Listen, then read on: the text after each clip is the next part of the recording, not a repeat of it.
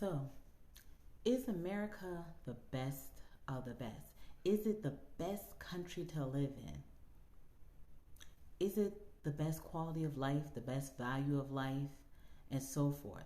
A lot of billionaires are saying, well, old time billionaires are saying, why are the American people so unhappy these days? Why are they complaining so much? You know, and then they portray this whole American dream.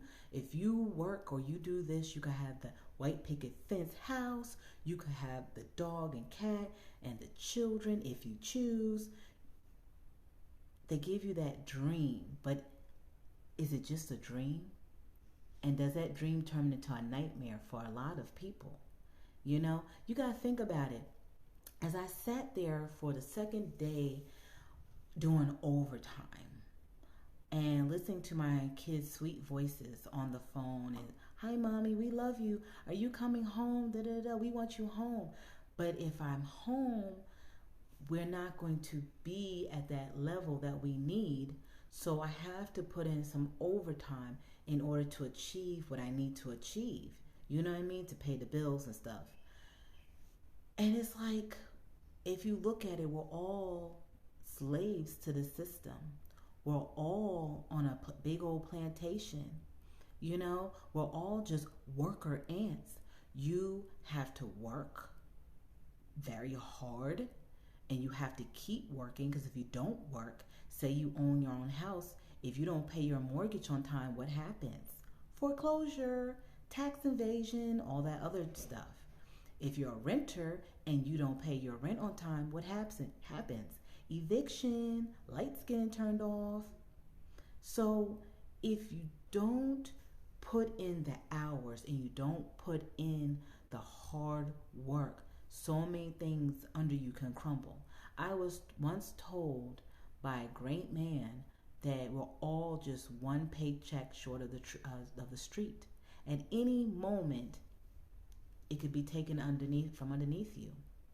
I said, at this point, I should be able to be an educator to my children. I should be able to pray with them before they go to bed at night.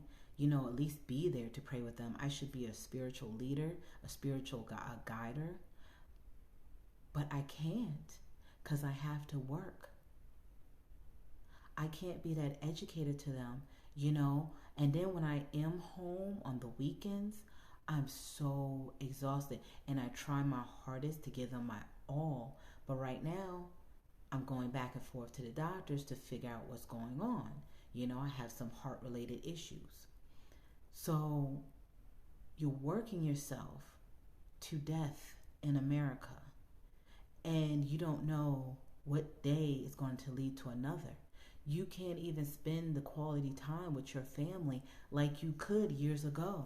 My grandparents, I think, worked until they maybe was like their 50s, early 50s.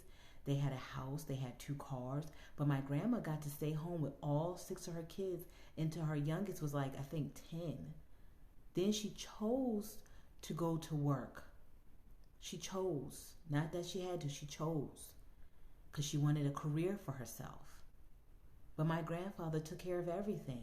And he still had time to spend with his kids. They have memories of him. I see pictures of them on his knee and him laughing and having fun with them. So it wasn't like he was overworking back then. But now, parents are MIA. Kids are raising themselves practically. Then you have your kids relying on Western education. You can't even really educate your children because you don't have the time to educate them. You don't have the time to be a spiritual guide to them. I remember my mom, even though my parents divorced, my mom was very tired. My mom, it kind of started with my generation. My mom didn't really have time with me, but she still tried to make the best of the best. And she would crack open that Bible and she would read to us because she wanted us to have something. You know, so is this really better? Is this really better life? Is this the life that we should have? 401k. I just wanted to see what would happen. I read about it, I knew, but I went to my administrator and said, I said, I want to cash on my 401k. She was like, what? I said, I want to cash on my 401k. You can't.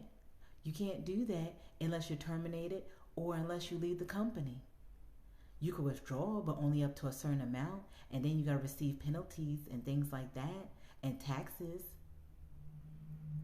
But I'm giving my company my money to hold for me. And then if you want to fully withdraw it, you can't fully withdraw it until you're 59 and a half. So I'm giving you my money for all these years, 30, 40 years. And in that 30, 40 years, I can't officially touch it without a penalty until I'm 59 if I live that long. Then, if anything happens to me at any moment, I get sick or anything, and my spouse doesn't make enough money or whatever the case of is, I could lose my house. I could lose my car. I could lose so much things. I might even have to go live on the streets, and I can lose my medical. Is this really the best of the best? Basically, in America, the system relies on your health. If you're not healthy and you can't do it, then you're going to crumble. You know? So, is this really the best quality? The best place to be? Maybe to make some money, to send somewhere else, and to build somewhere else. But things are not like it used to be. I cannot go to my next door neighbor and say, hey, can I have a cup of sugar or flour? Most people don't even know each other in neighborhoods anymore. We don't know each other. Most people move around. Me and my husband, we grew up in New York, but we've lived in Kentucky, North Carolina, Ohio, moving where the jobs are and stuff like that, manufacturing and so forth. You don't even know each other anymore. Families don't know each other. Families don't know the neighborhood, the communities where they are. Is this really the best quality of life? A mom cannot even be a mom in American society. You can't even live off of one check anymore, so that a mom can stay home and nurture and be an educator if she foresees to. Is this the best of the best?